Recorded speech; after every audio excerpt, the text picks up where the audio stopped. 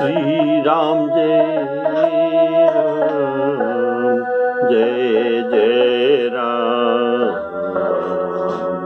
श्री राम जय राम, जय जय राम, श्री राम जय राम, जय जय राम, श्री राम जय राम, जय जय राम।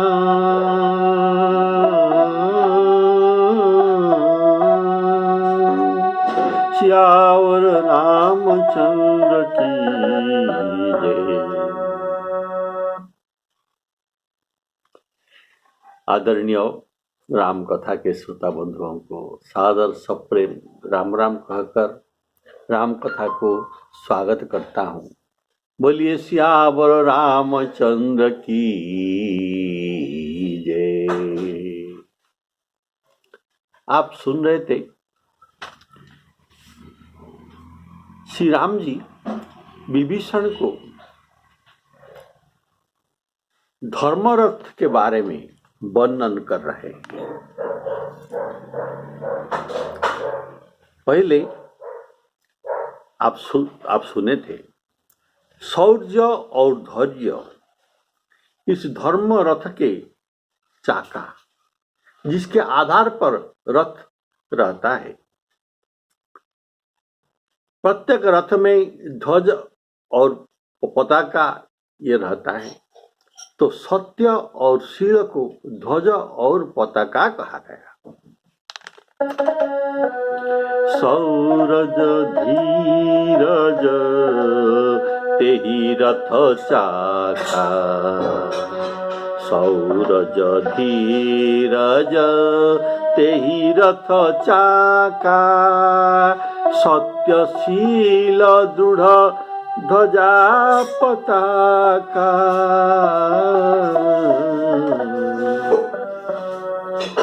और इस धर्मरथ के घोड़े कैसे हैं और इनके बांधने वाले रस्सी रज्जू ये कैसे है, इसके बारे में सुनिए। बल विवेक दम, दम अर्थात इंद्रिय दमन, और परहित, बल विवेक दम और परहित, ये चार धर्मरथ के घोड़े हैं। ये चार धर्मरथ के ये घोड़े कहा गया है। रथ में घोड़े को रज्जू में बांधना पड़ता है कंट्रोल करने के लिए। तो इस रज्जू का नाम है क्षमा, कृपा और समता। क्या? क्षमा, कृपा और समता। ये रस्सी के द्वारा बल विवेक दम और तो परहित रूपी चार घोड़े को बांधा जाता है। क्षमा, कृपा, समता, ये तीन रज्जू से जोड़े गए हैं। समता आप जानते हैं, सम शत्रौ च मित्रे च तथा मानापमानयोः। ये गीता के वाक्य, सम शत्रौ च मित्रे च तथा मानापमानयोः।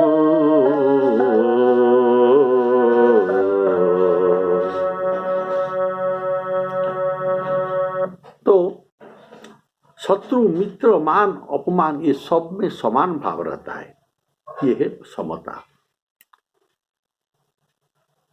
बल का भाव है, बल विवेक दम परहित घोरे। पहले बल का नाम कहा गया। ये बल का भाव है। गोस्वामी जी कहते हैं ये कौन सा बल? बहुत प्रकार के बल है। तो ये वैराग्य रूपी बल के बारे में गोस्वामी जी का मतलब है। जो संसार रिपुओं से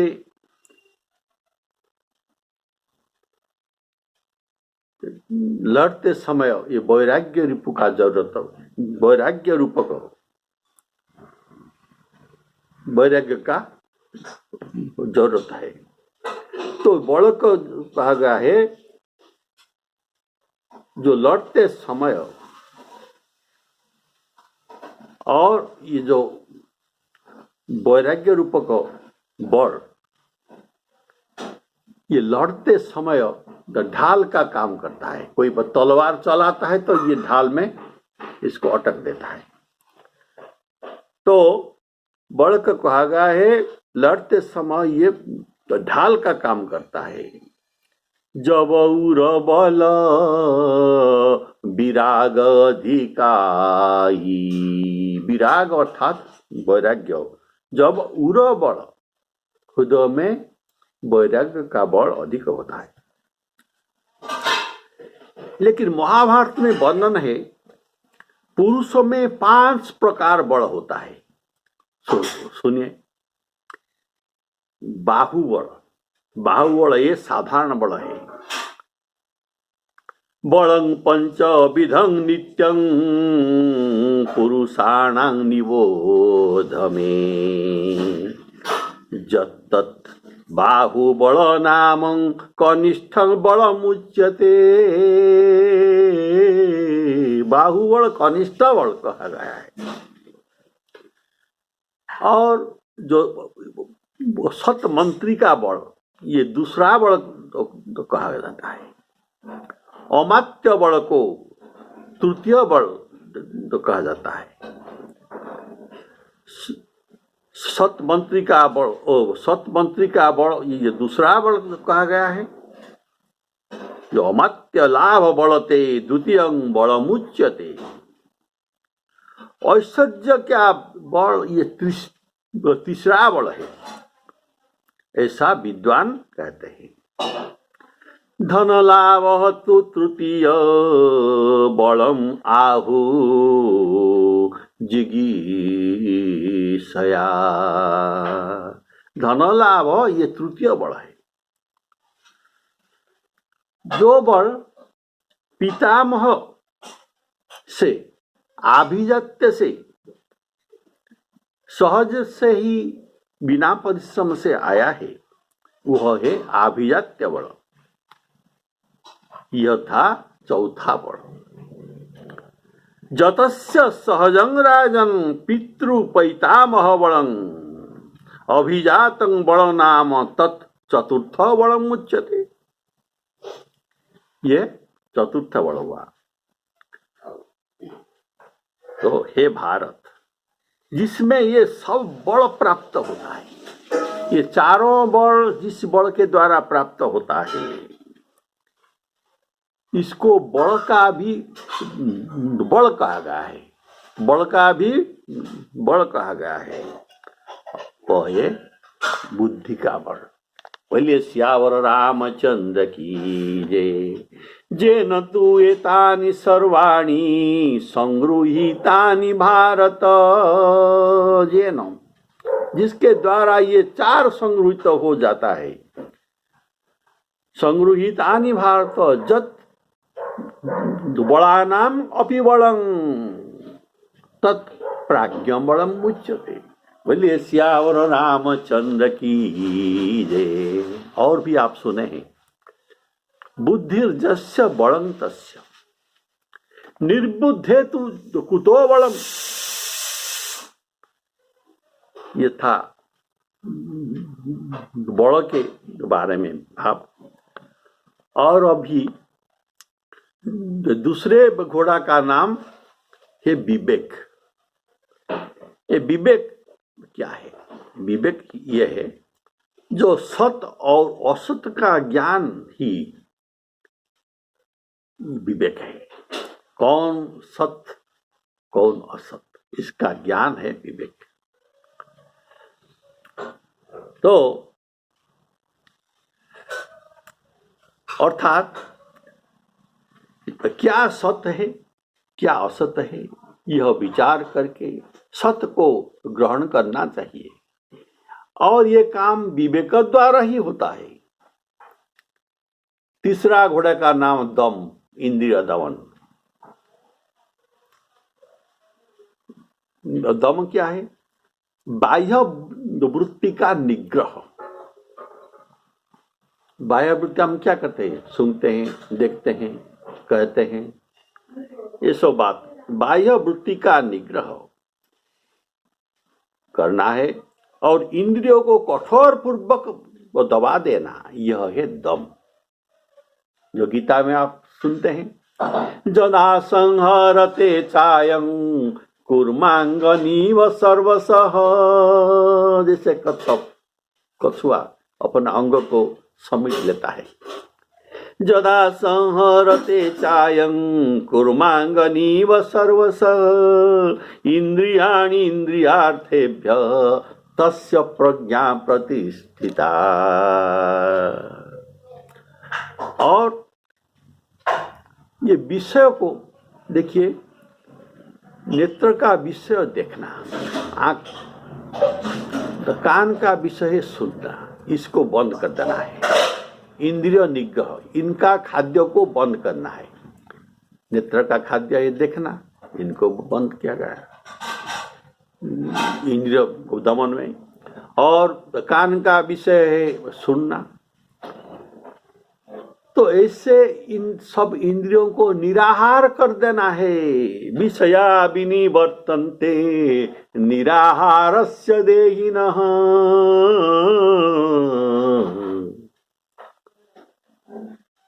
ये था दम।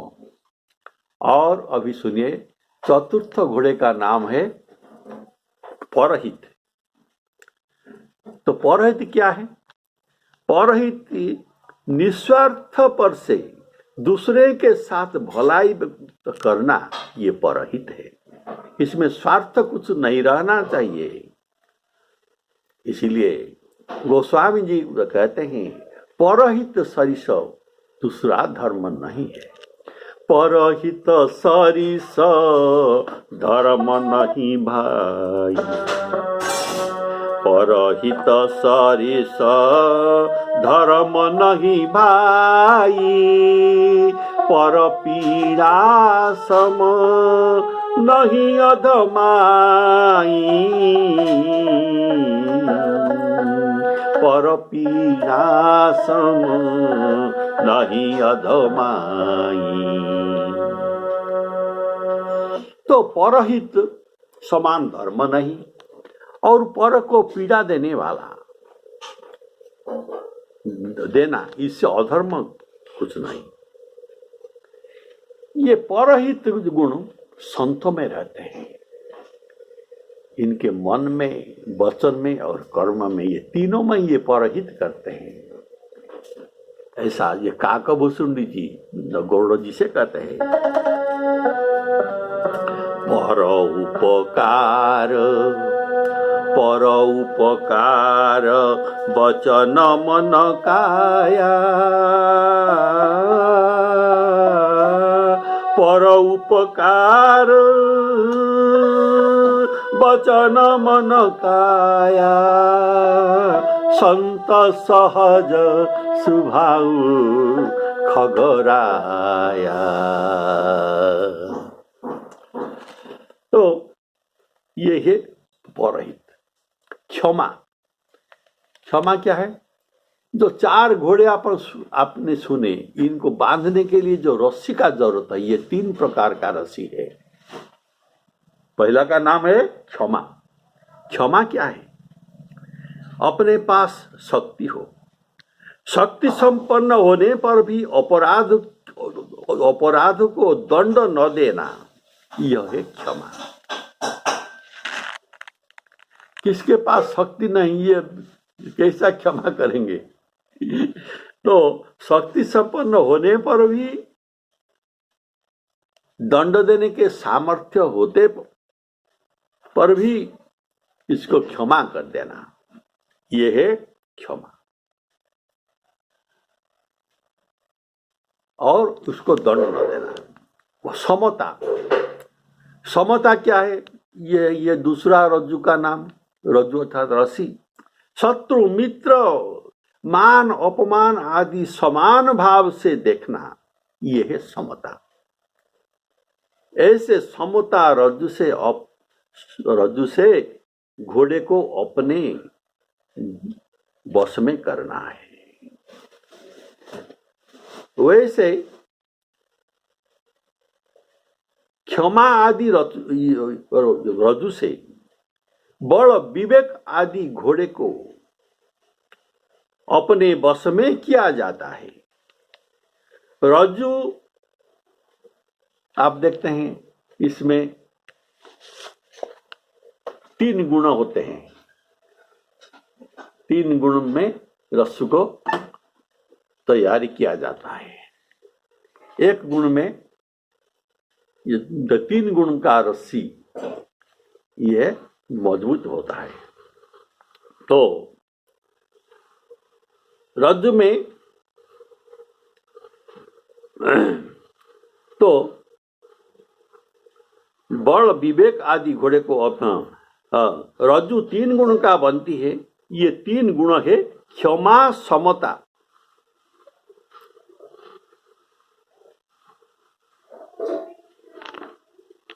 आप जो सुने,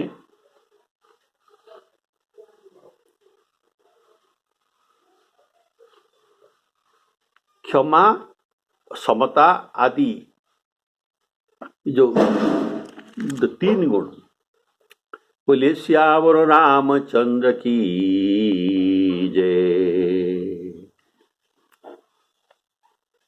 और समता, ये 3 गुणों को तो कहा गया है। बल विवेक दम परहित घोरे, 4 घोड़े। और क्षमा कृपा समता, ये है 3 गुणों का रज्जु। क्षमा कृपा समता रसी जोरे। धर्म रथ के ध्वजा पताका आपने सुना, चाका के बारे में, व्हील चाका के बारे में सुना। और क्षमा कृपा समता जो घोड़े, ये और ये 4 घोड़े के बारे में, रज्जु के बारे में सुना। अब रथ के चलाने वाले चाहिए रथी, अब रथ के चलाने वाले सारथी है, और रथ को रक्षा भी ये करते हैं। ये सारथी चतुर होना चाहिए। चतुर नहीं होने से ये रथ को रक्षा नहीं कर सकता। ये चतुर सारथी है क्या? भगवान का भजन। भगवान का भजन करने से ये सबको ये कंट्रोल करता है। तो ईश भजन सारथी सुजाना, ये ईश भजन जो रथी के मन के अनुकूल रथ को हाँकता है, और रथ के साथ सरंजाम को वैराग्य रूपक ढाल और संतोष रूपक कृपाण जो रथ में सजाया जाता है। तो वैराग्य का अर्थ है गीता में जो कहा गया, ये इंद्रियों के अर्थ में कहा गया है। इंद्रियों को ही वैराग्य कराना है। इंद्रियों के अर्थ में अर्थात आत्मान अतिरिक्त समस्त विषयों में दोष दर्शन करना, तभी वैराग्य होता है। देखना में दोष को दर्शन करना है, सुनना में दोष को दर्शन करना है, ये दोष दर्शन करना है इंद्रियों के द्वारा। तो ये बात गीता का ये श्लोक है, इंद्रियार्थेषु वैराग्य अनहंकार एवच। अहंकार रहना चाहिए। और जन्म मृत्यु जरा व्याधि दुख दोषानुदर्शनम, ये चारों को इंद्रियों के द्वारा दर्शन करना है। क्या? जन्म मृत्यु जरा व्याधि दुख दोषानुदर्शन असक्त अशक्ति अनभिसंग पुत्रदार गृहादिषु पुत्रदार और गृह के ऊपर आसक्ति न होना, अनासक्त होना। अशक्ति ही अनभिसंग पुत्रदार गृहादिषु, ये है वैराग्य। अर्थात मन को विषय भोग के कामना न होने देना, ये है वैराग्य। मन को विषय भोग के कामना न होना, यह है वैराग्य।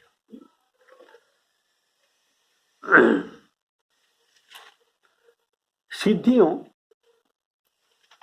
अष्ट सिद्धि आप जानते हैं, अणिमा, गरिमा, द्राघिमा इत्यादि जो अष्ट सिद्धियां है, एवं जो तीन गुण है सत्व रज तम, ये अष्ट सिद्धि भी नहीं चाहिए, इनको त्याग करना चाहिए। त्रिगुणों को, सत्व रज तम, ये तीन गुणों के वश में नहीं होना चाहिए।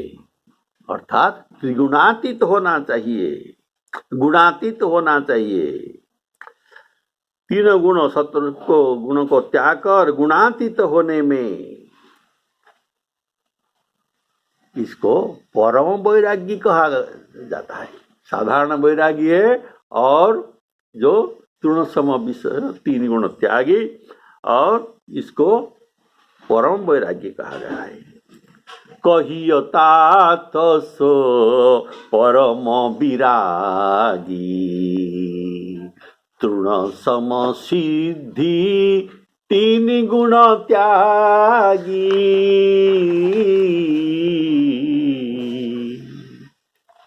संतोष, संतोष को तो कृपाण में कहा गया है। आप सुने वैराग्य, वैराग्य रूप को ढाल, ये रथ में युद्ध के समय सुसज्जित रहता है और जरूरत पड़ता है। एक है ढाल, दूसरे है अभी कृपाण, खड्ग भी जरूरत है। तो ये खड्ग कौन है ना? संतोष खड्ग, संतोष खड्ग के द्वारा मारना है। तो संतोष क्या है? संतोष का अर्थ है किसी भी मायिक पदार्थ की इच्छा न होना। माया युक्त जो पदार्थ है, किसी का इच्छा न करना, और जो कुछ हमको प्राप्त है उसी में संतोष रहना। यथा लाभ संतोषा, जितना लाभ है इतने संतोष रहना। यथा लाभ संतोष सदाई। भगवान सबरी को अष्टम भक्ति में कहते हैं, आठवा जस्था लाभ संतोषा। ये संतोष एक नवदा भक्ति के एक अंग है, जो भगवान श्री राम जी ने कहा है। ये है अष्टम भक्ति। अर्थात संतोष एक साधारण चीज नहीं है, संतोष होना ही अष्टम भक्ति को प्राप्त करना है। संतोष को गोस्वामी भगवान जी ने अष्टम भक्ति सबरी प्रसंग में वर्णन किया है। और देखिए, प्रारब्ध के बस हमें जो कुछ मिलना है ये मिलता रहेगा, हमारे चाहने पर भी मिलेगा, न चाहने पर भी मिलेगा, सुख भी मिलेगा, दुख भी मिल सकता है। तो प्रारब्ध के अनुसार और नीति धर्म के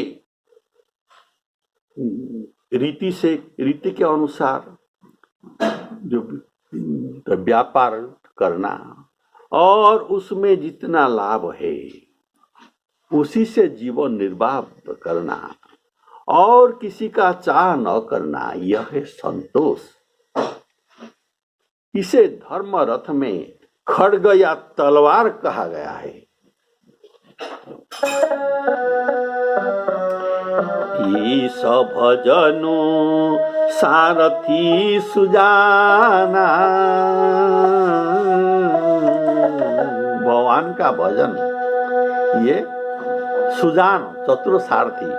ईश भजनु सारथी सुजाना। विरति चर्म, विरति वैराग्य, चर्म अर्थात ढाल। विरति चर्म संतोष कृपाणा। ईश भजन, ईश अर्थात ईश्वर, ईश अर्थात ईश्वर। ईश भजन अर्थात शंकर जी का भजन भी है। कारण भगवान तो स्वयं कहा है, शंकर भजन बिना नर भगति न पावई मोरी। इसीलिए इस भजन अर्थात ये शंकर जी का भजन है। इस भजन भी भगवान का भजन है। इसे धर्म अर्थ की सारथी बनाओ। ये सारथी बड़ा चतुर है। युद्ध में शौर्य, धैर्य आदि अस्त्र शस्त्र का भी अभाव होने पर भी अगर चतुर सारथी पास में है, ये सारथी सहायक होकर ये जिताता है। जैसे श्री कृष्ण भगवान जी अर्जुन के सारथी हुए थे, रथ में सारथी हुए थे, वहां तो विजय होना ही था। कारण जहां भगवान श्री कृष्णचंद्र जी सारथी है, अर्थात जहां ईश भजन, भगवान का भजन को जिसने सारथी किया है, इसका विजय ही सुनिश्चित है। तो भगवान जहां पर है वहां विजय होना ही है। जत्र योगेश्वर कृष्ण जत्र पार्थ धनुर्धर तत्र श्री विजय भूति ध्रुवा नीति मति मम। तो इस भजन से भगवान का सहायता मिलता है। इसलिए भगवान अर्जुन को कहते हैं इस भजन सदा करना है। तस्मात् सर्वेषु कालेषु मामनुस्वर और युध्यत। बोलिए सियावर रामचंद्र की जय। इस भजन रूपी सारथी ये बड़ विवेक, दम, परहित आदि घोड़े को यथार्थ मार्ग में चलाता है। नहीं तो घोड़े रथी सहित रथ को और अपने को विपत्ति में डाल देंगे। ईश भजन के बारे में आपने सुना। ईश भजन का और एक भी अर्थ हो सकता है, अर्थात ईश अर्थात महादेव। ये महादेव जिनका भजन करते हैं ये है ईश भजन। उनका भजन है क्या? राम नाम। संतत जपत शंभु अविनाशी। अविनाशी शंकर भगवान जी सदा राम नाम जप करते हैं, अर्थात ईश भजन है। अर्थात इसमें भी राम नाम भी अर्थ है, असली अर्थ। तो राम नाम को भजन करके उनको सारथी बनाना चाहिए। ये है सुजान सारथी, अर्थात जीव रथी है। जीव संसार युद्ध में जीव रथी है और ईश भजन है सारथी। जीव रथी और ईश्वर सारथी होना चाहिए, तभी जीवन में सफलता मिल सकता है। संतोष को कृपाण कहा गया। कृपाण का अर्थ है, आप जानते हैं तो खड्ग का एक धार होता है, लेकिन तो कृपाण में दो धार होता है, ऊपर में धार और नीचे के धार। इसलिए ये दाएं बाएं आगे ये वार कर सकता है। तो बाएं में काम रूपक शत्रु होता है। काम स्त्री को अर्धांग कहा गया है, इसलिए ये जो बाएं साइड में, लेफ्ट साइड में काम वास करता है। और दाहिने में बोलिए सियावर रामचंद्र की जय।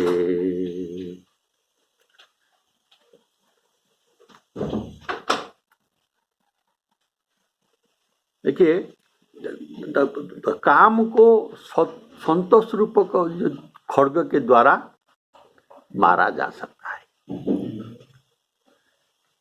बिना संतोष खड्ग के द्वारा काम को आप नहीं मार सकते।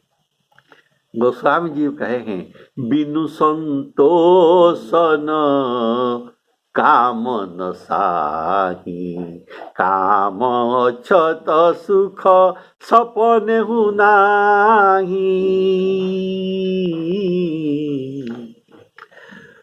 तो काम को नष्ट करने के लिए संतोष का जरूरत है।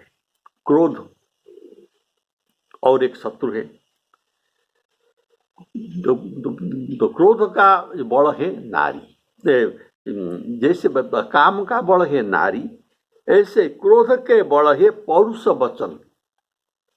पौरुष वचन कहना जोर से। क्रोध के पौरुष वचन बल मुनि बर कहि विचारी।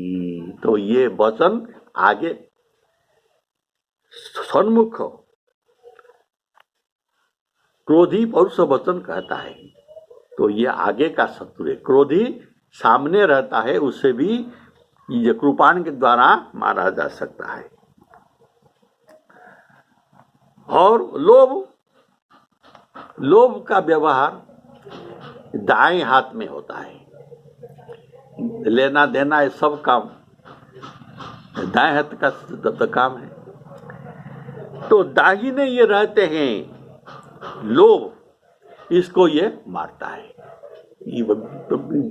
ये दो धार का खड्ग इसे कहा जाता है। ये कृपाण, ये संतोष रूपक कृपाण, ये काम को, क्रोध को और लोभ को ये मारता है।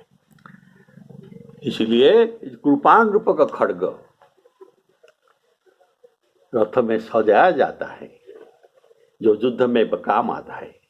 तीन ओर से शत्रु आता है, अतः चौथा ओर तो स्वयं खड़ा है। तीन ओर से आ सकते हैं, चौथा ओर तो हम खड़े हैं। तो ईश भजनु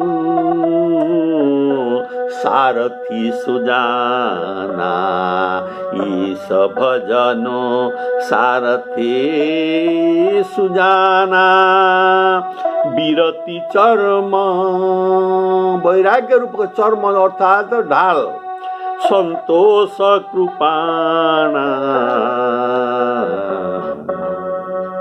विरति चर्म संतोष कृपाणा। तो आज धर्मर्थ के बारे में इतना ही है। फिर अगली एपिसोड में धर्मर्थ का वर्णन किया जाएगा।